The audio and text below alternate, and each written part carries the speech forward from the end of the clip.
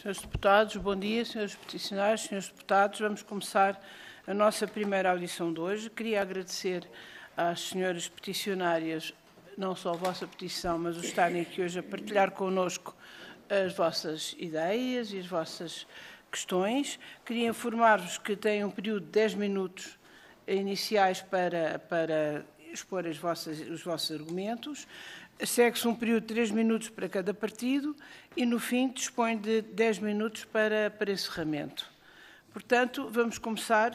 Temos a Sra. Dona Maria João Gomes Viegas, a Sra. Dona Elsa Cantante Faria de Barros. Não sei se querem dividir o tempo entre as duas, se fala uma e depois outra, ou no fim. Eu vou começar os 10 minutos, depois vamos ouvir então as intervenções dos partidos. Tem que ligar o microfone, peço desculpa. Ok, então, recapitulando, eu vou fazer os 10 minutos iniciais, depois vamos ouvir, portanto, os senhores deputados dos respectivos partidos e depois a Elsa terminará com as conclusões finais. Muito obrigada. Então, faço o favor de começar. Ora, peço desculpa, a Sra. Dona Maria João Viegas. Muito obrigada. Eu começava a minha apresentação por agradecer a audição e por agradecer a oportunidade de estarmos aqui a apresentar a nossa petição. Agradecia também a presença da peticionária e cidadã Elsa Bastos e aproveitava para cumprimentar todos os presentes nesta audição.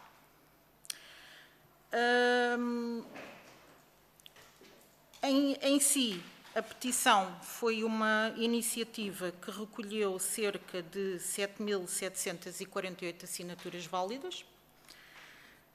É uma iniciativa que vem da anterior legislatura, portanto, do anterior governo, mas, conforme iremos ver ao longo da minha apresentação, é um assunto que se mantém atual e pertinente.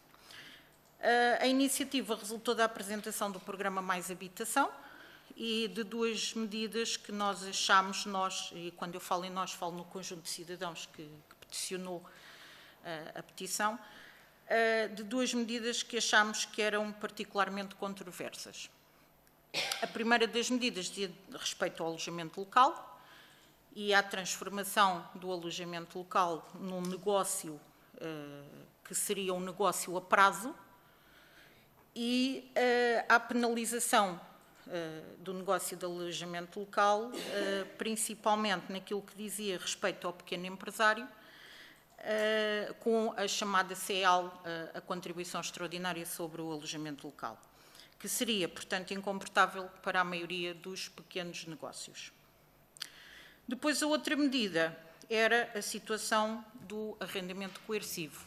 Portanto, teríamos, então, o Governo a fazer política social através dos proprietários de imóveis, que se chamava devolutos, mas depois não se percebia muito bem se eram devolutos, se eram fechados, mas pronto, essa situação neste momento também está ultrapassada. Isto aparentava ser uma medida de desespero, sem muitas consequências, sem muita noção das consequências efetivas que daí advinham.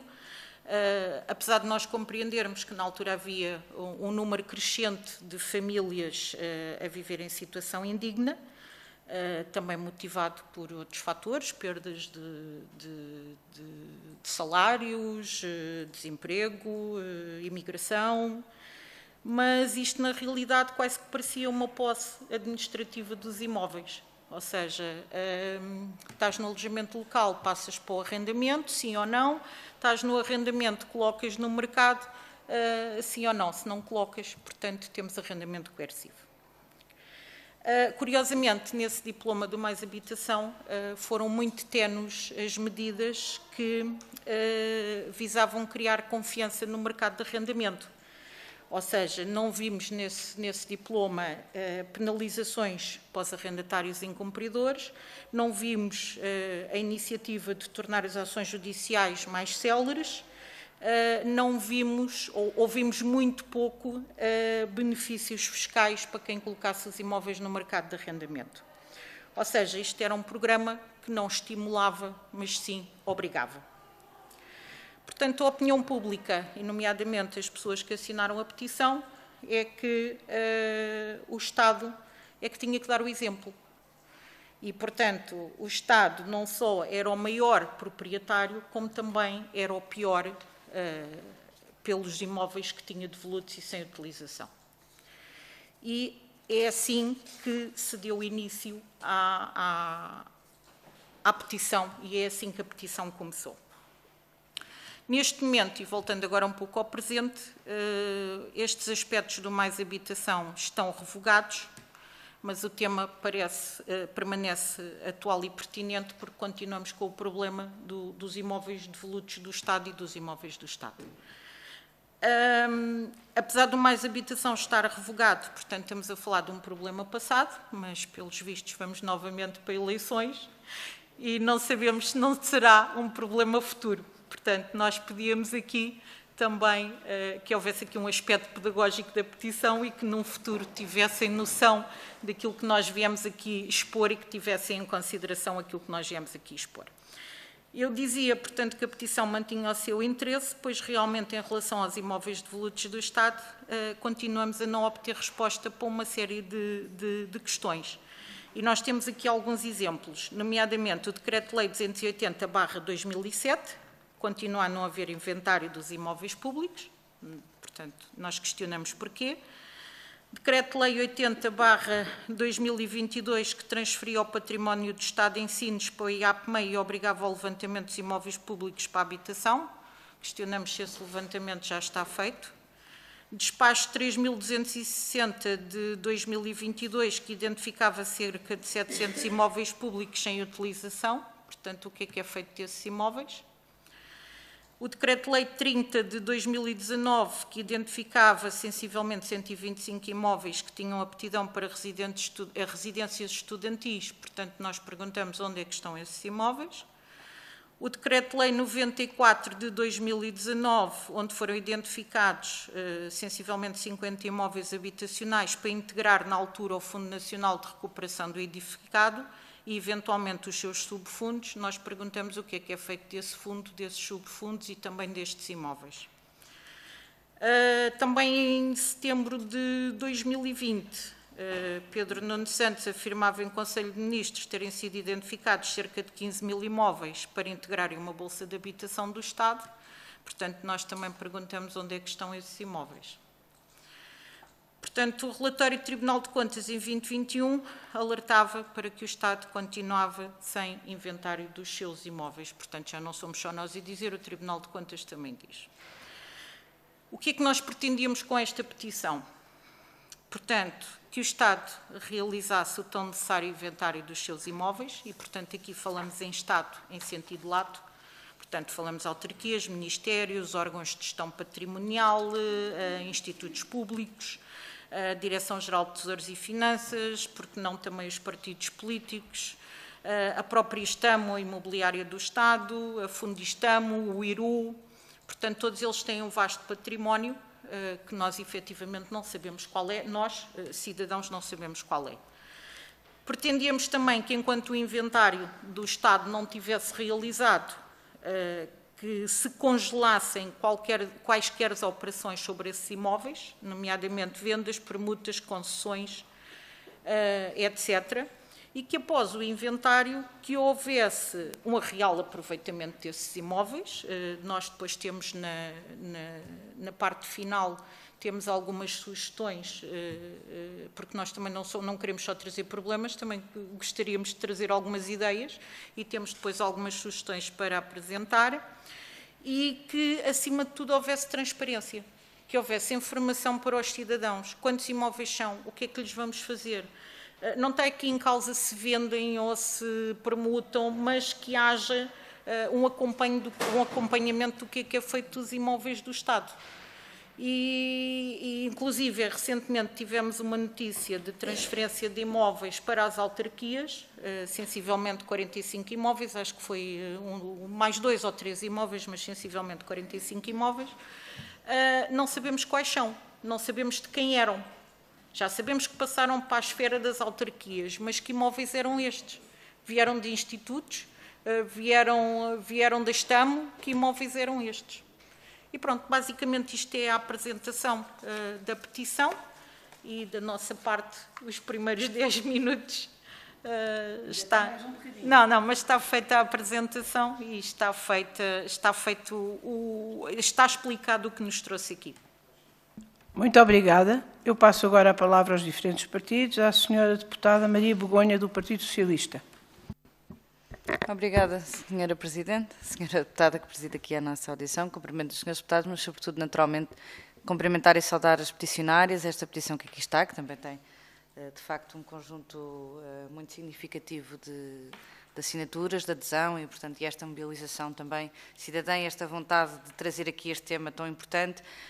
Posso, em nome do Partido Socialista, não subscrever tudo o que aqui naturalmente defendem e colocam e expôs, mas no essencial saudar a iniciativa e nos trazer este debate sobre melhorar constantemente políticas de habitação e as soluções de habitação para quem as políticas têm mesmo que se dirigir, que é justamente responder à crise de habitação e à escassez que temos hoje de soluções compatíveis com a qualidade de vida e a dignidade da vida das pessoas. Fazer algumas considerações também sobre a petição, deixar aqui algumas questões, não posso deixar também de fazer um pequeno comentário a algumas coisas que disse, mas num sentido construtivo. O Mais Habitação, pronto, neste momento já tínhamos um novo diploma do novo governo, Construir Portugal, e algumas coisas ficaram para trás e foram revogadas. Deixe-me dizer, e também de forma muito frontal, para nós é um erro. Nós estamos muito alinhados com a razão da petição e com esta questão da importância do Estado dar o exemplo da mobilização do património devoluto ao serviço da habitação e ao serviço de mais oferta disponível. Para nós deve ser, aliás, de arrendamento acessível ou outro tipo de soluções que sirvam às pessoas. Portanto, muito alinhados aqui, não tão alinhados, nós achamos que foi um erro voltar a liberalizar o alojamento local, achamos que foi um erro, achamos que a pressão, que é também o alojamento local, achamos que deve ser regulado, deve ser compatibilizado com as necessidades de habitação e, portanto, existir sim, mas compatibilizado, e que esta desregulação que novamente se promoveu do alojamento local pode vir a pressionar novamente o problema da habitação. Mas fora essa discordância, focar-me aqui na questão mais importante, que é esta questão. A Bolsa de Imóveis, de facto, devolutos do Estado, tem que estar em permanente atualização. Nós partilhamos a preocupação de que o Estado devia conhecer a totalidade do seu património e sobre essa dificuldade. Preocupa-nos também o facto deste Governo ter anunciado de alguma forma, ou não sabemos bem, se vai ou não, porque uma das coisas que mais... Eu sei que tem críticas ao Mais Habitação, mas uma das coisas que Mais Habitação também trouxe, e, enfim, a governação socialista de alguma forma, foi deixarmos de alienar património público e, pelo contrário, tentarmos disponibilizá-lo.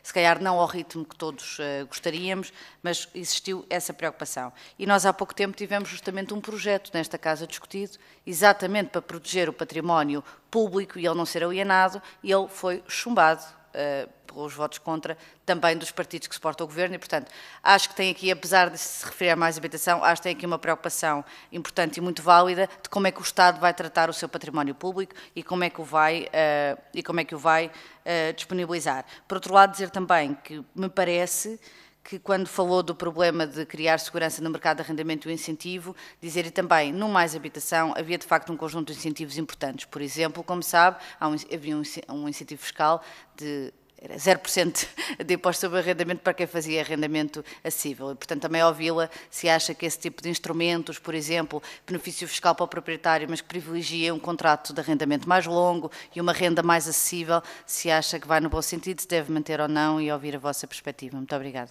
Muito obrigada, Sra. Deputada. Excedeu um bocadinho o seu tempo, mas isto é importante. E agora passo a palavra a mim própria, em nome do PSD, para dizer o seguinte. O PSD subscreve na quase totalidade as preocupações das senhoras, porque reconhecemos que o alojamento local foi um dos grandes fatores de revitalização, sobretudo das zonas históricas. Havia muito património degradado e muito degradado, e nós sabemos perfeitamente que, basicamente, a reabilitação do património é uma coisa excessivamente cara e extremamente penosa para que, eventualmente, não se consiga alugar, por exemplo, a preços considerados acessíveis. O custo da reabilitação, que é exatamente 5 vezes mais que o custo da construção nova, regra geral, torna extraordinariamente onerosas as casas. Nota-se também que, sobretudo nos centros históricos, muitas dessas casas não tinham condições de habitabilidade. Não, nem sequer têm ainda hoje as dimensões mínimas que se prevê no regeu para as casas normais de habitação. São casas que muitas delas, e sobretudo nas zonas históricas, têm áreas inferiores àquelas que o regeu prevê. E, portanto, nós consideramos que o alojamento local foi um fator de desenvolvimento. Acho que foi um fator de investimento de muitas famílias e que neste momento, e que foi incentivado pelo governo socialista, devo dizer, e que neste momento nós não devemos defraudar as expectativas das pessoas que investiram aí e que puseram aí a sua boa vontade. Portanto, nós somos a favor do alojamento local, entendemos que, na medida em que ele se está a expandir, deve ser regulamentado. Porque não deve, por exemplo, não se deveria entrar em obras novas, por exemplo, ou outro tipo de edifícios que dessem para a habitação. Também lhe devo dizer que nós também não recebemos o património do imobiliário do Estado, não recebemos esse inventário, estamos a fazê-lo e estamos a ultimá-lo.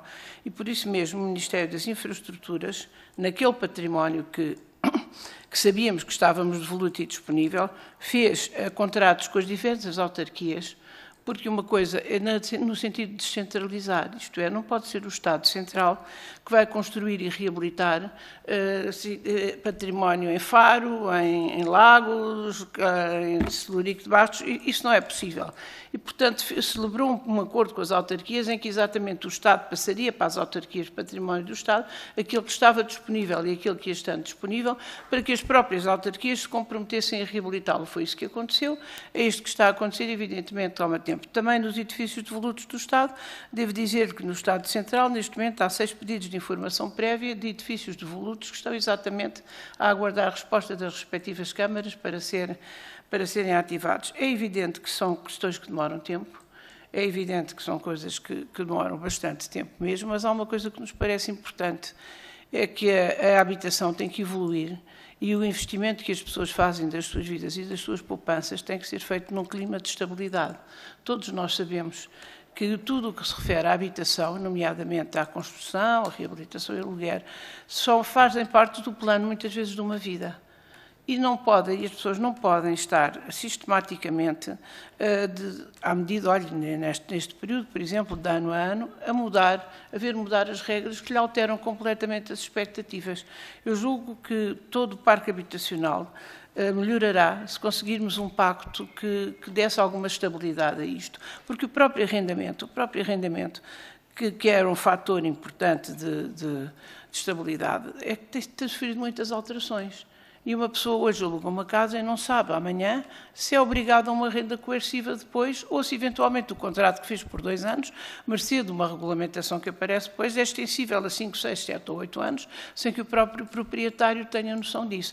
Eu já estou a exceder o tempo mais do que é previsto, portanto tenho que dar o exemplo e agradeço imenso e passo a palavra à senhora deputada Marta Silva do Chega.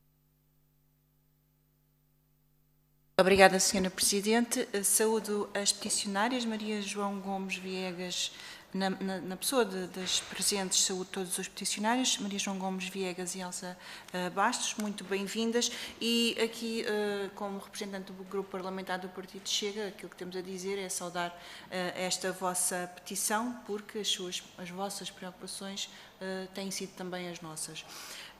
E o problema da habitação em Portugal é o resultado de décadas de políticas erradas, de falta de planeamento estratégico a longo prazo, uma legislação que muda ao sabor do vento político e que não dá estabilidade nem a investidores, nem a proprietários para que possam colocar com segurança os seus imóveis no mercado de arrendamento e uma carga fiscal absolutamente excessiva sobre este setor. E nós sempre defendemos que a solução deve passar, sim, por um aumento da oferta habitacional, e não nos referimos só à nova construção, é colocar os imóveis disponíveis que estão prontos a habitar no mercado, e isso só é possível se houver segurança legislativa e se os proprietários estiverem seguros que há uma justiça que funciona quando há um incumprimento contratual, e que não está a acontecer, como bem sabemos, não é? Ocupam-se casas ilegalmente e não se consegue tirar de lá as pessoas que estão a fazer o ato ilícito, não é? Portanto, os proprietários têm vindo, ao longo do tempo, sendo forçados a uma responsabilidade social que deveria ser o Estado a garantir. Relativamente à vossa oposição ao arrendamento coercivo, é inteiramente legítima, quer dizer, trata-se de um ataque inadmissível ao direito de propriedade que, felizmente, este Governo soube corrigir, mas não sabemos. Hoje será que o nosso último dia, à partida, poderá haver mudanças e não sabemos se vêm a eventos políticos que nos direcionem outra vez para este caos e para este ataque vil à propriedade privada e aos proprietários deste país, como se fossem os inimigos e os que tiveram na origem desta crise habitacional. Quer dizer, andamos aqui a fazer uma marcação cerrada à pressão que o alojamento local e o turismo fazem na habitação, mas nunca se falou, por exemplo, na pressão que a imigração descontrolada colocou também sobre a habitação. Então, são dois pesos e duas medidas. Também não vemos muita coerência nesse discurso. Portanto, destacar também, por fim, que a vossa petição critica também a venda do património imobiliário do Estado a grandes grupos económicos, se não estou em erro, com razão. Mas a solução será apenas impedir novas vendas ou acham que deve existir uma necessidade de rever essas alienações e perceber se elas efetivamente estão a cumprir o objeto dessas vendas, ou seja, estamos a criar habitação, possibilidades de maior acessibilidade à classe média à habitação, ou estamos aqui a criar um nicho de negócio para empreendimentos de luxo ou que também fazem falta. Atenção, nós temos de ter um mercado a todos os níveis, porque se uma pessoa quiser adquirir um bem de luxo, tiver capacidade para tal e não o tiver disponível, ele vai oferecer a um imóvel supostamente da classe média mais valor do que a família da classe média tem para comprar e então vai alavancar também o preço. Portanto, é preciso haver mercado para todos os setores e nós não andamos aqui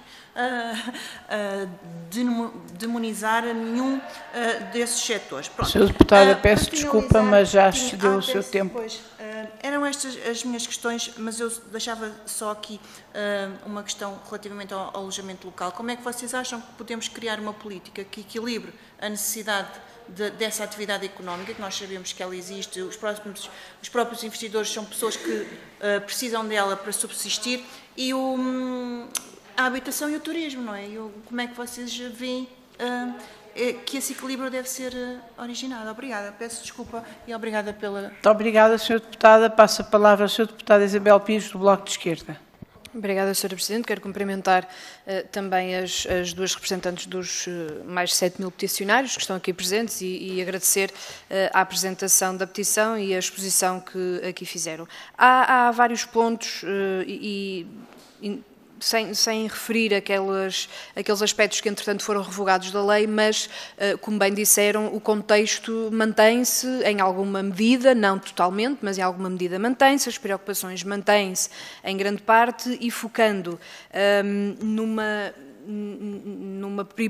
parece-me a mim, prioridade que esta petição tem, que tem a ver com o aproveitamento dos imóveis públicos, não é? Do Estado, e quando se fala em Estado, também me quis parecer, mas já agora queria confirmar, se incluem também nestas propostas que aqui fazem a questão das autarquias, porque, por exemplo, em algumas autarquias temos vindo a questionar em vários pontos do país exatamente por este levantamento, e ele também não existe nas próprias autarquias, o que depois dificulta necessariamente a apresentação de propostas, de medidas, até do ponto de vista local, que possam responder a este problema, e não falamos só no caso de Lisboa, Porto, Coimbra, em outros municípios estas questões têm sido feitas, este pedido de levantamento tem sido feito e, de facto, dificulta muito quando o Estado, seja o Estado Central, seja as autarquias, não tornam disponíveis esta informação, porque, seja na política da habitação, seja em qualquer outra política pública, a informação é a base da construção de qualquer política pública. E, desse ponto de vista, acompanhamos essas preocupações e, aliás, temos vindo a insistir insisti bastante com esta necessidade do Estado dar esta informação, mas também de aquilo que se sabe que existe, e inclusivamente mais recentemente houve uma pequena lista que foi partilhada de imóveis, por exemplo, aqui na cidade de Lisboa, do Estado, que decorriam da saída de ministérios e de organismos ligados a ministérios e que passariam a estar livres, alguns deles com capacidade e com tipologia para poderem, após uma intervenção relativamente rápida, serem reaproveitados, nomeadamente, a determinada altura falava-se de residências estudantis e até algumas delas depois acabaram por não ser residências estudantis e, portanto, nós conseguimos compreender que neste momento há o problema da habitação é muito extenso.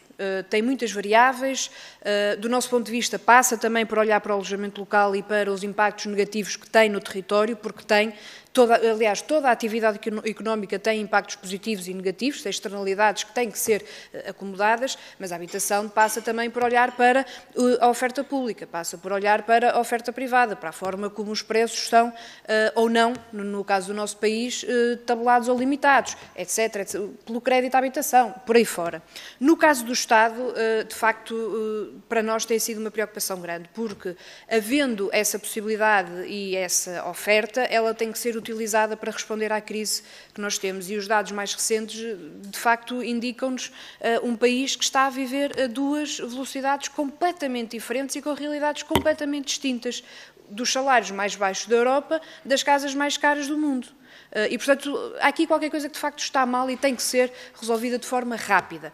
Forma mais rápida de podermos eventualmente responder a isto. Trata-se exatamente destes devolutos e da utilização destes devolutos do Estado, embora também, do nosso ponto de vista, devamos olhar para outros devolutos e existem várias medidas e várias legislação que olha para essas medidas, mas que, no caso do Estado, tem esta urgência e tem esta gravidade, porque, de facto, o Estado tem papel, ou deveria ter tido mais papel ao longo dos anos, como tem noutros países, e quando nós olhamos para a percentagem de habitação pública noutros países, percebemos que é muito mais alta do que em Portugal e continua a ser Peço muito mais alta do que em Portugal. Deputada, o seu tempo também já foi excedido. Mesmo para terminar com uma frase e, portanto, concluir que algumas destas questões e daquilo que é exposto nesta petição se mantém atual no que toca aos devolutos e aos imóveis do Estado, que do nosso ponto de vista são fundamentais e necessariamente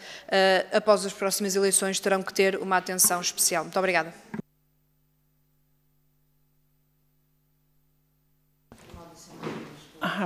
Muito obrigada. Eu agora passo... Muito obrigada, Srs. Deputadas. Muito obrigada, Srs. Peticionários, por terem escutado. E agora tenho os 10 minutos para concluir a vossa intervenção. Bom dia a todos. Eu acho que vou acabar por passar aqui por vários dos temas que foram, das questões que foram agora aqui levantadas. Como é óbvio, aquilo que nós pretendemos não é que todos os imóveis públicos do Estado sejam adaptados à habitação, nem todos são aptos a isso, mas há de facto bastantes que são e que, precisamente por estarem num estado razoável de conservação, permitiriam provavelmente a solução mais rápida, porque em poucos meses poderiam estar disponíveis. Isto não é um tema novo, já tem sido levantado, antes de nós foi levantado, por exemplo, em 2017 pelo Fórum Cidadania, LX, que pediu a mesmíssima coisa, portanto já em 2017 se pedia que fosse feito um inventário dos imóveis devolutos do Estado em nome da transparência. Até ao momento ainda não existem listagens atualizadas do património, nem conseguimos consultar facilmente as vendas e as permutas, que é outra coisa que agora se usa bastante. É de lamentar também que muitos destes imóveis públicos que são vendidos abaixo do valor de mercado, ao ponto de depois serem revendidos várias vezes, o que para mim não faz sentido.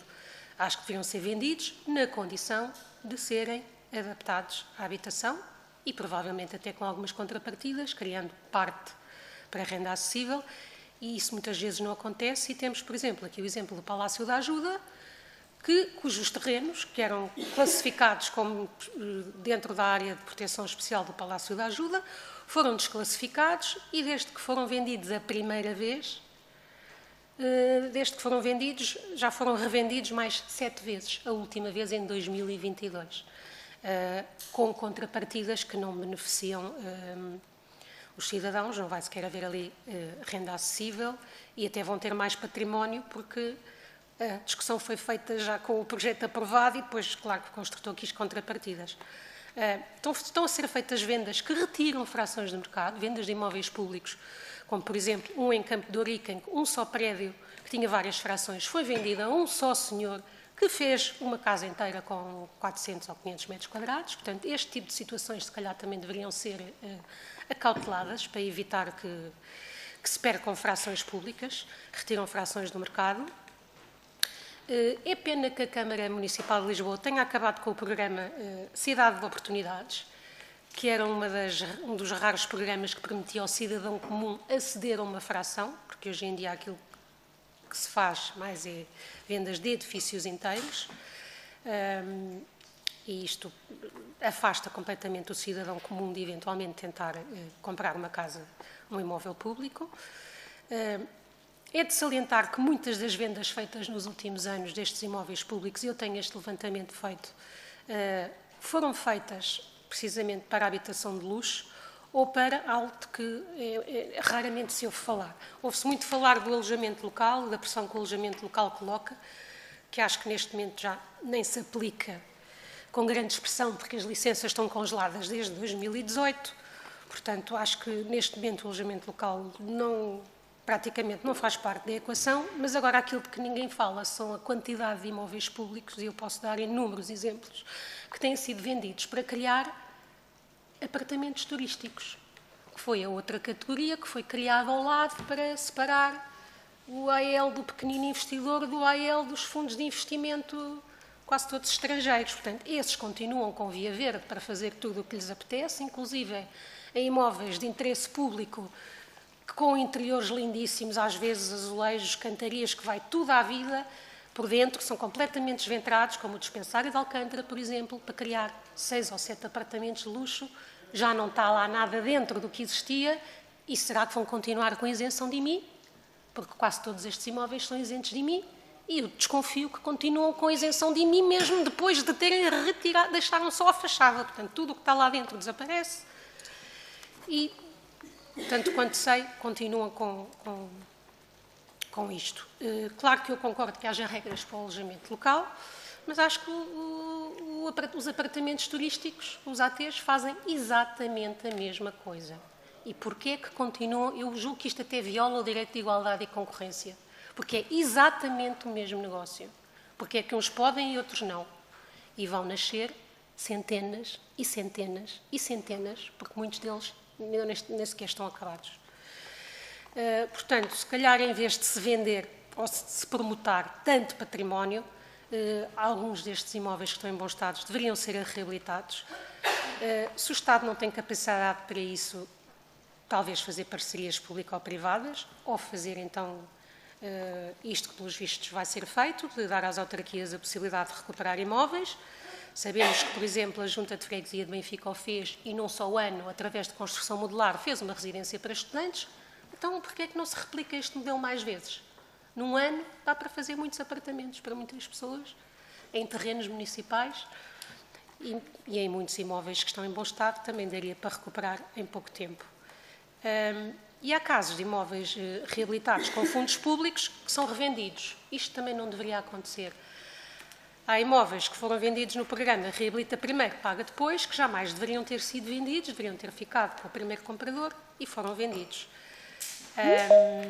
Há lotes municipais no meio de antigos bairros sociais, onde se poderia construir habitação rapidamente, foram vendidos. Temos um exemplo no Caramão da Ajuda, onde um terreno municipal no meio do bairro foi vendido para criar 6 moradias de luxo, 6 ou 8 moradias de luxo. Portanto, é fundamental que as autarquias se envolvam mais. Só temos a de Benfica como exemplo, deveríamos ter mais. Em relação aos arrendamentos, os impostos eu considero que são excessivos. É um grande risco arrendar casa neste país, e eu conheço inúmeros casos de pessoas que têm casas fechadas porque estão a guardar para os filhos e têm medo de que, se lá puserem alguém, correm o risco de depois já não poder retirar. E pronto, queria dizer também que em relação ao Iru, é com muita surpresa que tenho descoberto ultimamente inúmeros imóveis do Iru abandonados, como por exemplo em Cacilhas, e há outros bairros onde existem prédios inteiros. A própria Santa Casa da Misericórdia de Lisboa, que julgo que está sob a tutela do Ministério da Segurança Social, tem imenso património, a transparência também deixa um pouco a desejar, porque sabemos que eles recebem casas como doações e não sabemos quais são, nem o que é que lhes fazem. Não é? Sabemos que fazem arrendamentos com preços especiais para trabalhadores, o que não deveria acontecer. Enfim, acho que também falta aqui muita transparência por parte da Santa Casa. E pronto, e para terminar, eu faço há já uns 5 anos um apanhado do que é que existe abandonado em Lisboa e ainda há muita coisa de voluta. Mas há depois algumas ruas onde se concentram assim uma enormidade de casas abandonadas, como por exemplo na estrada Pedro Teixeira na Ajuda, a rua Conselheiro Lope Vaz ali na zona da Expo, a rua do Val Formoso de Cima, a rua de São Lázaro, que tanto quanto sei não avança porque há 1 ou 2 lojistas que estão ali a criar problemas, mas não percebo porque é que não avança o resto da obra. Isso deixa esses imóveis para o fim, a própria Rua da Graça, a Praça da Alegria, onde está quase tudo a ser vendido para hotéis, aquilo já vai ficar o lar dos hotéis, a Rua de Santo Estevão em Alfama, a Rua Maria Pia em Alcântara, onde há mais de 16 edifícios devolutos da Câmara, o próprio lar do Palácio da Ajuda tem 3 prédios vazios há mais de 20 anos, os pátios, há uma série de pátios e de vilas operárias e em 2017 recordo-me bem da notícia que anunciava que iam ser recuperados para jovens, não foram. O único pátio que foi recuperado, que eu tenho andado por isso e eu andei a visitá-los a todos, foi aquele junto ao mato e eu julgo eu que é para aquilo ficar bonito porque é um sítio onde passam muitos turistas.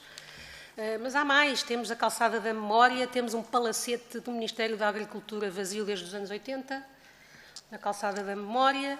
Temos em Campolide os prédios da CP, temos conventos, temos o Convento dos Loios, que tanto quanto sei ainda não foi vendido, temos em Caxias um edifício que era do Ministério da Justiça, enfim, não faltam exemplos de imóveis que, se ontem tivessem ido para a habitação, já era tarde. Muito obrigada. Eu agradeço às senhoras peticionárias a clareza da exposição e, sobretudo, a factualidade de muitos argumentos. Eu queria saber se, por acaso, nos podiam enviar ou ceder algumas das vossas, por escrito, a vossa exposição e os vossos argumentos. E, naturalmente, nós estamos em vésperas de eleições, mas isto transitará para a próxima legislatura, porque é um problema que nos atinge a todos e, portanto, vamos ter que o resolver. Agradeço a vossa disponibilidade, também continuamos disponíveis. Se pudessem fazer-nos chegar estes elementos, nós depois distribuímos por todos os partidos. Muito obrigada. Obrigada.